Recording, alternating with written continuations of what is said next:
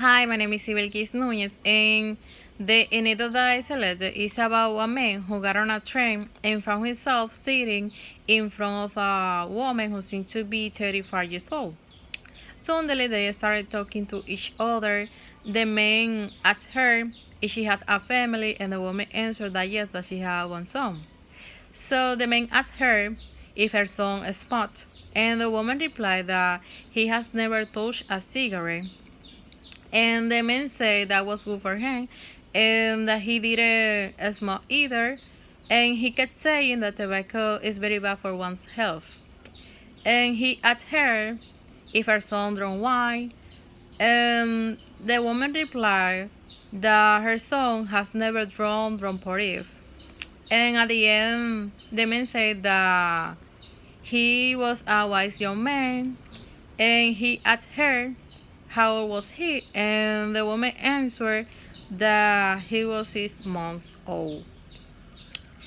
And the message conveyed by the history is that we shouldn't get carried away by our assumptions, and that it's always good to ask directly to clarify our doubts and does not make a mistake. As it happened in the history, that when the man saw that the woman seemed very old, he saw that the son of the woman was a young man. And because he was carried away by his fancy, he asked her inappropriate questions because the son of the woman was barely 6 months old. What happened in the history usually happens daily, since we Dominicans tend to make assumptions without first knowing the person, which always turn out to be another reality. Something similar to the history happened to me.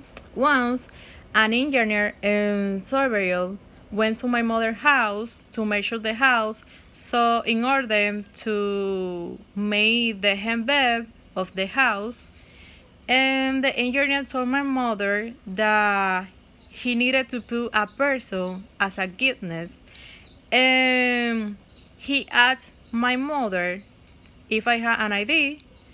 Then he didn't let my mother answer because at the same time, a moment, he asked me what year I was in.